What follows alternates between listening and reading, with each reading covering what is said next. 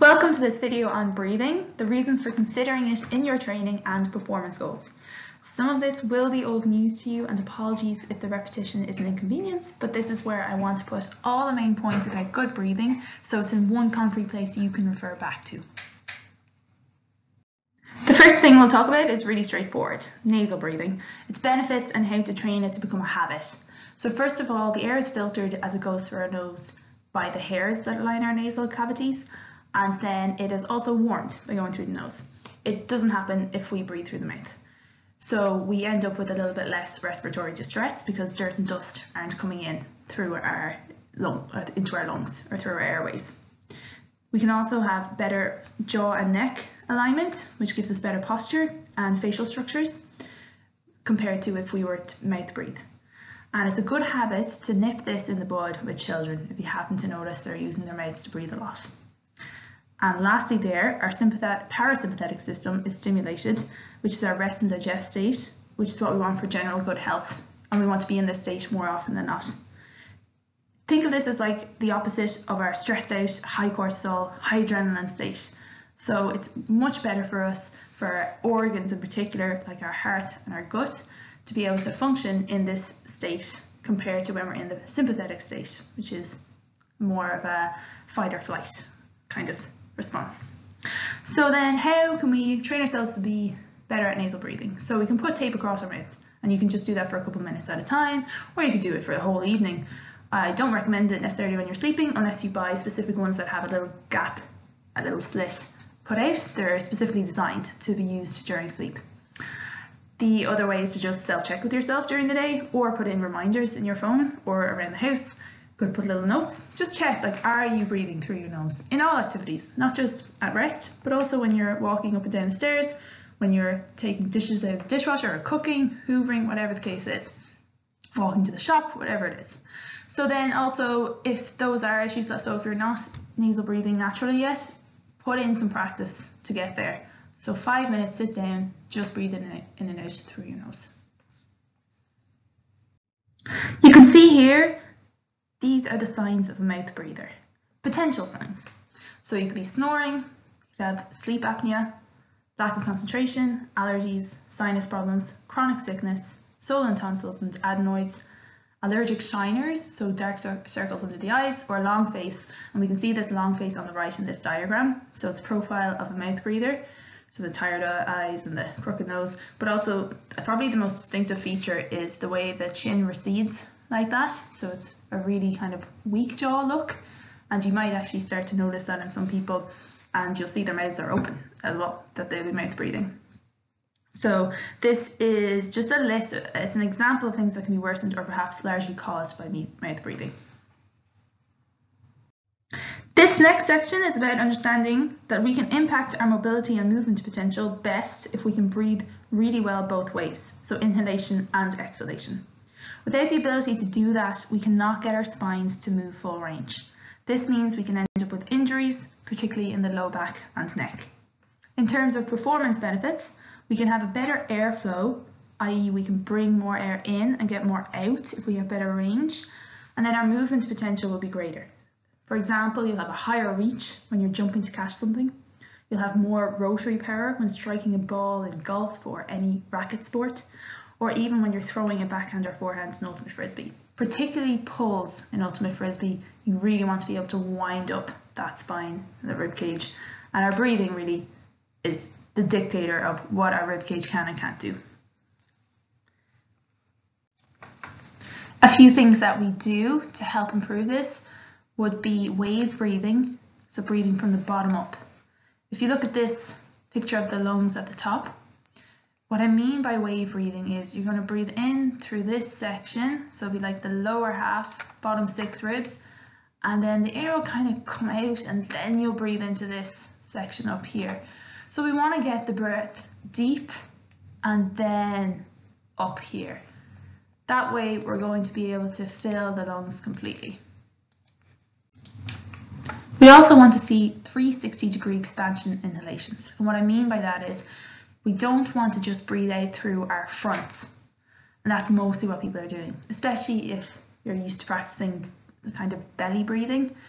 we want to actually breathe more out through our sides. That'll really get your front, back and sides fairly equally. So we're more like a balloon expanding in all dimensions and all ways, rather than just going out through our front fibers. And this is really important because the diaphragm is a dome-shaped muscle, so it's basically like a plate along the bottom of your ribs, and it covers across the front and the back.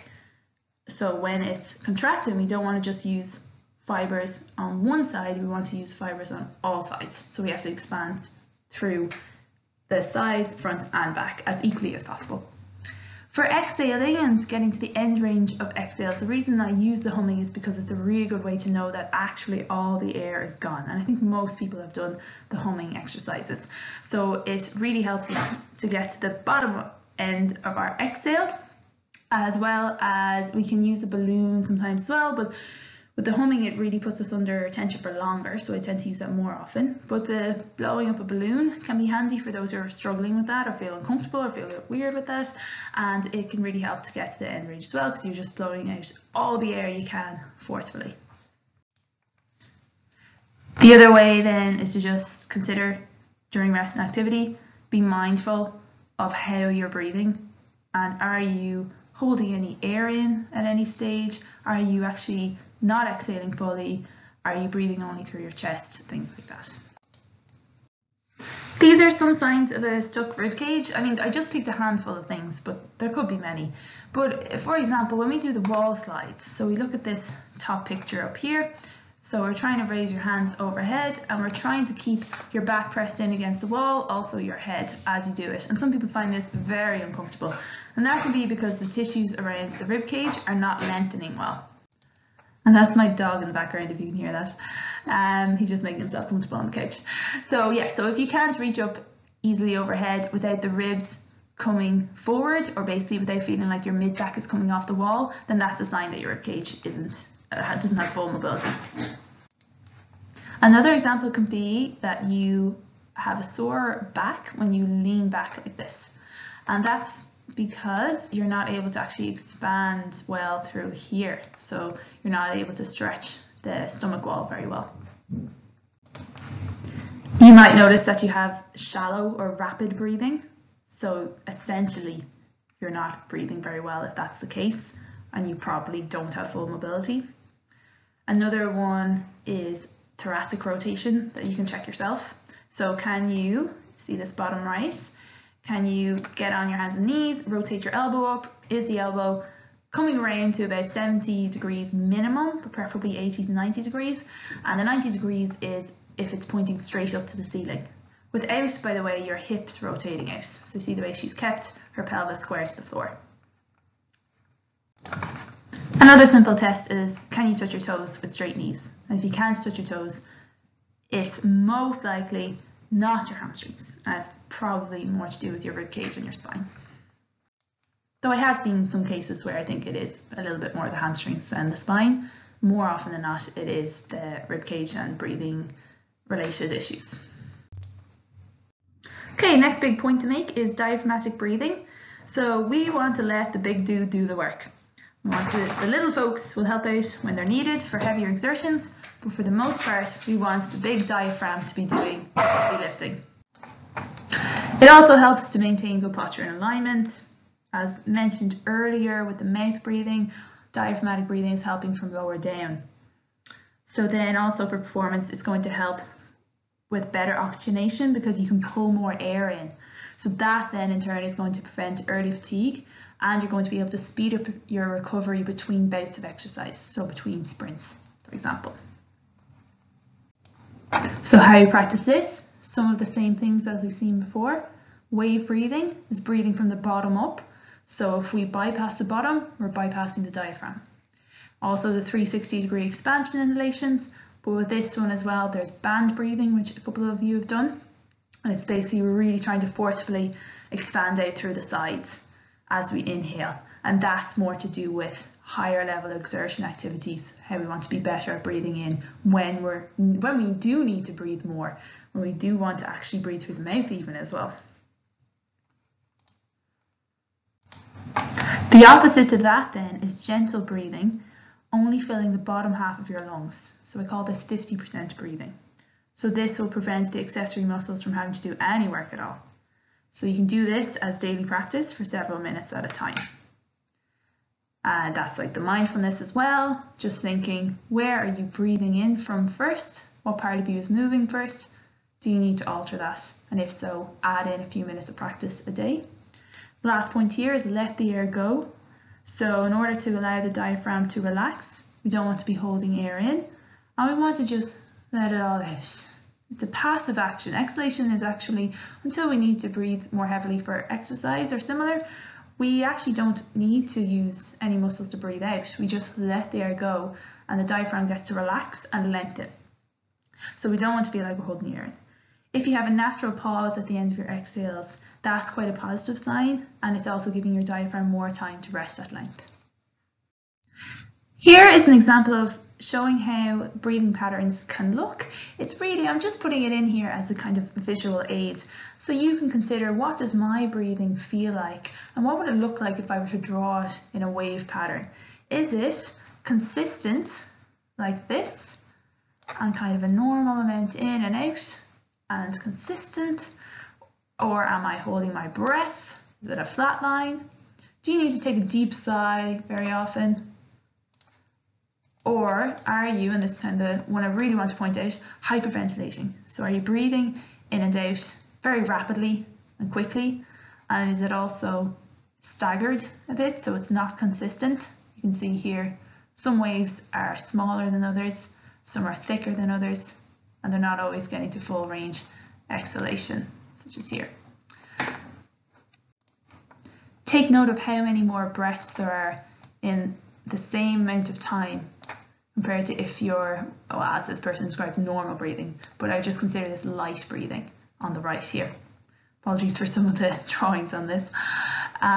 So what we want is to feel like we're not having to take as many breaths. 6 breaths a minute is the optimal, and if we're doing more than that for reasons other than exercise or a little bit stressed, like eating as well, I think increases our heart or our breathing rate a bit. So some normal things like that. The variance is absolutely to be expected, but we still want it quite consistent and calm and rhythmical as best as possible. And just a final point on that would be that hyperventilation, it doesn't have to mean like the type that you get with a panic attack. It can mean just a general kind that's stress induced usually, that you don't even realize. And this is why you want to take note of yourself. Check in with yourself every so often. Are you holding your breath? Are you kind of staggered breathing? Are you doing really shallow, quick breaths? How many breaths are you doing in a minute? That's a simple check as well. Now on to the 2 big ones that are really for massive benefits and for overall health, but also performance. So these 2, Dr. Pattakio, the Pattakio method of breathing, CO2 tolerance training on the left, versus Wim Hof style advanced oxygen techniques. They're actually very contrasting, but both have been shown to have a lot of benefit for different reasons, but in general, basically just helping overall health and reducing your likelihood of chronic diseases, or reducing symptoms in people, or eliminating it altogether. So Dr. Pattakio's thing, and this is what a lot of us are doing in the programs that I've given you, what his whole focus was that we want to increase our tolerance to carbon dioxide in the body. We don't want to feel like we have to eliminate so much carbon dioxide, and that's what overbreathing does. Instead, we want to get comfortable with having enough in our system, and that seems to help with a lot of homeostatic kind of signs in the body and homeostatic functions in the body. So for example, the carbon dioxide relaxes the smooth muscles lining our airways, capillaries and arteries. So it's really good for our cardiovascular system. It also helps regulate our blood pH, and this is an important buffering function we require for homeostasis. And it allows oxygen to be released more readily for use by muscles and organs.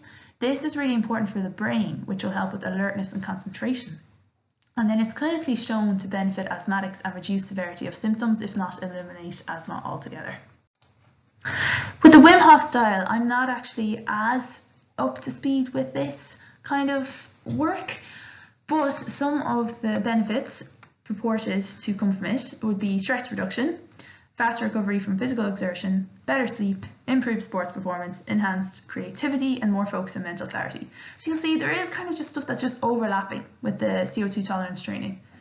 But what we'll see in the next slide is some of the differences between the two and why I favoured the Dr. Pattakio style for the majority of people.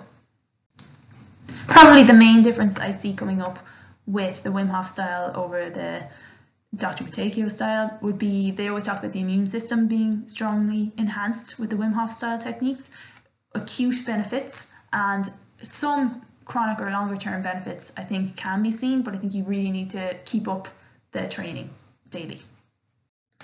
So I'll just highlight the differences between them. With the CO2 tolerance training, we're increasing our tolerance to carbon dioxide, obviously, levels in the blood. And then we're stimulating the parasympathetic system. Heat exposure training would be incorporated into it, and it can be done alone. Contrast this with the Wim Hof style, and this is actually applying hyperventilation techniques to the body with breath holds. So they both have breath holds, but one of them is taking in loads of oxygen to start with, and the other one is actually just trying to eliminate as much oxygen and really lower that at the start. The Wim Hof style then stimulates the sympathetic system, so this is kind of high adrenaline state. And it also uses cold exposure training, which is more like ice baths. And then I don't recommend you do this alone. Definitely get a trainer in, and there are some advanced techniques that actually can produce a bit of a hallucinogenic state. So it's really not recommended that you do those even too far away from anyone anyway, or alone for the very first time maybe. Again, I'm not totally versed in it, but I know these are some of the things I've heard. So you can pause on this and just have a read through it yourself anytime you want. This came from the man himself's Twitter. So he just posted this up, some of the benefits an hour after doing the Wim Hof method. And you can see that there's a lot of like pumping your body up.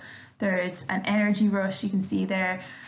He's trying to convince you to go into the cold. And so it's a lot more about that sort of higher stress-induced state that is supposed to increase your tolerance to stress. And that's kind of the point, that you're able to manage high stressful situations, and sort of the immune system then is able to manage it a bit better as well.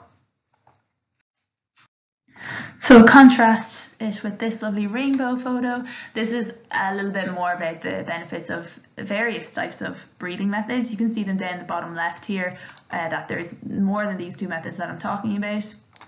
But they all have kind of similar principles to some extent.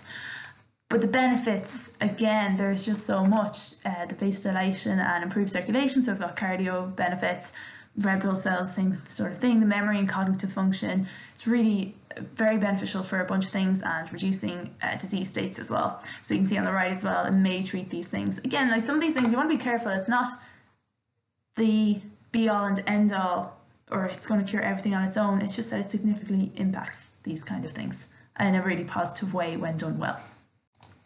This woman's point was that she was saying we seem to be told that more oxygen is better, and yet all these breathing methods actually have breath holds in them. The idea is to reduce the oxygen to our bodies for a few minutes a day. So to bring us to our conclusions, just nasal breathe daily. Try to aim for that. Then also learn to diaphragmatically breathe as a habit. Breathe light and free. Forget belly breathing, think about the sides, breathing out through the sides of your ribcage. And the Pattakio breathing methods are included in all member programs, so I've got you covered there. If you have any questions about this or anything else that you'd like me to do a bit more research on, or you'd like to know how to advance further in anything, just let me know, ask questions, I'm happy to answer. And if you'd like another presentation like this on another topic, also let me know that, and I'll get to it as soon as I can.